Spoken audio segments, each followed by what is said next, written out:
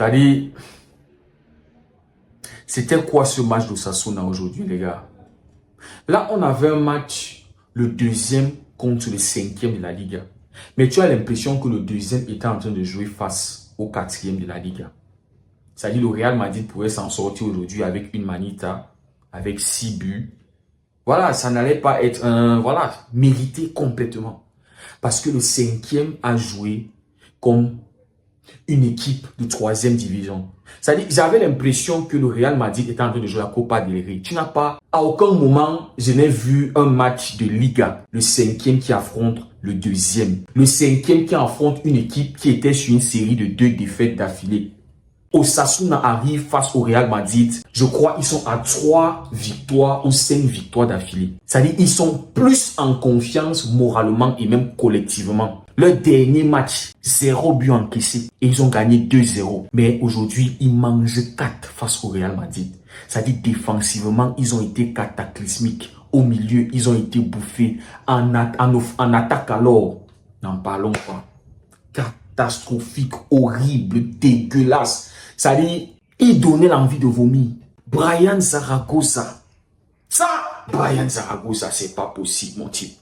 C'est-à-dire, face au Barça, j'avais l'impression de voir Neymar. J'avais l'impression de voir un Brésilien de malade.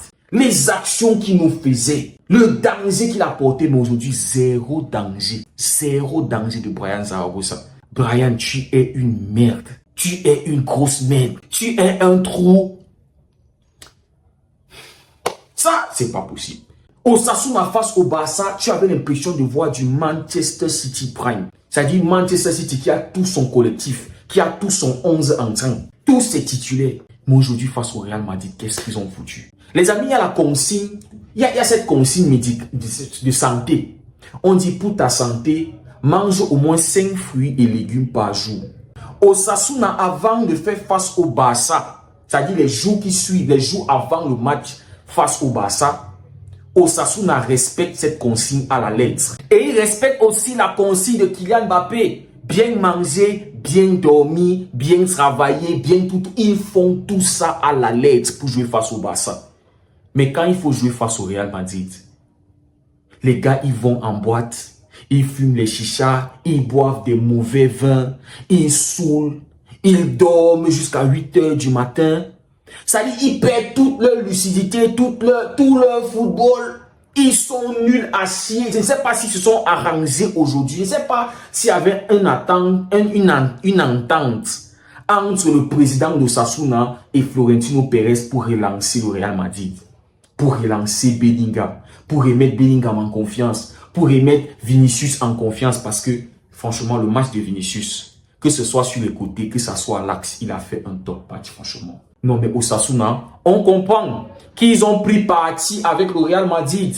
Le message qu'ils sont en train d'envoyer aujourd'hui, c'est que ils souhaitent voir le Real Madrid remporter la Liga. Mais le Barça, ils ne veulent pas. Ils ont déclaré publiquement, ils ont déclaré aujourd'hui qu'ils sont les ennemis du Barça. Qu'ils n'aiment pas le Barça. Qu'ils aiment voir le Barça en crise. Qu'ils aiment voir le Barça couler. Parce que c'est la seule équipe qui nous a fait perdre un match aujourd'hui. Le Barça devait être actuellement à 9 points du Real Madrid après cette victoire. 9 points. C'est-à-dire si on gagne dimanche, demain là, le Barça allait être à 12 points du Real Madrid.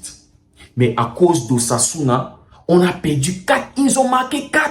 Une équipe qui était flamboyante, qui te jouait un ballon propre. Mais face au Real Madrid, c'est-à-dire tu avais l'impression que on a renversé les rôles. C'est-à-dire ce Real qui était cataclysmique face au Barça, catastrophique, horrible face au Milan, collectivement, individuellement. Mais aujourd'hui, le match qu'ils te font face à Osasuna, franchement, c'est pas sérieux, franchement. Oh là là, c'est pas possible. Mais bon, les amis, les faits marquants de ce match, c'est les 2 blessures. Militao qui souffre probablement des croisés encore. Il a raté presque toute la saison dernière à cause des croisés. Mais bon, on va espérer pour lui que c'est pas ça. Hein. Et Rodrigo aussi qui est sorti sur blessure. Je ne sais pas, peut-être Vasquez aussi. Voilà, même si ce sont nos rivaux, c'est les blessures les amis. Et voilà, on aime le foot et on n'aime pas voir les joueurs blessés. Surtout quand on a vu Militao crier, être en larmes. Voilà, c'est pas bien. C'est pas du tout bien. Les amis, il faut parler du match de Vinicius. Le match de Ballon d'Or qu'il nous fait. Le match qu'on voulait voir au Classico. Le match qu'on voulait voir face au Milan AC. Mais il le fait aujourd'hui face à Osasuna. Il a donné une leçon de football à Kylian Balthazar. Sur le premier but, il part du côté gauche. Sur une passe décisive de Bellingham. Accélération, crochet extérieur. Il ferme le pied premier poteau. Le but est juste magnifique. C'est vrai que Balthazar était là à l'axe. Mais voilà, on a oublié que Balthazar est là. Les amis, j'ai l'impression qu'aujourd'hui, le Real Madrid, ils ont fait la fête d'Osasuna. Mais ils étaient à 10 contre 11. Balthazar n'a pas participé à cette fête. Parce que toutes les actions, toutes les bonnes actions, toutes les actions de but, Balthazar n'est pas impliqué. Kylian Balthazar. Sur le deuxième but du Real Madrid, l'appel de Bellingham. C'est les appels comme ça là que Balthazar doit faire. Il est censé être le 9. On te dit que ton poste, c'est le 9. Adapte-toi, fais les appels de 9. Mais c'est Bellingham qui fait l'appel sur la passe décisive d'Asensio. Quand on a dit Asensio, je me suis dit que peut-être que celui Asensio du PSG était revenu au Real Madrid. Je ne savais pas qu'il y avait un défenseur qui s'appelait Asensio. Mais sinon, ça passe l'ouverture magnifique. Ça veut dire que ce petit-là devait jouer depuis le début de la saison pour que Bellingham puisse marquer son but. Ça veut dire que Bellingham attendait ce petit-là pour venir lui délivrer la première passe décisive pour qu'il marque son premier but de la saison. Mais sinon, les amis, l'appel, normalement, c'est Balthazar qui doit faire cet appel. Mais il ne le fait pas. Sur le troisième but du Real Madrid, la passe décisive de Lunin, sur l'appel de qui? De Vinicius. Ou à l'axe. Là où Balthazar doit faire l'appel.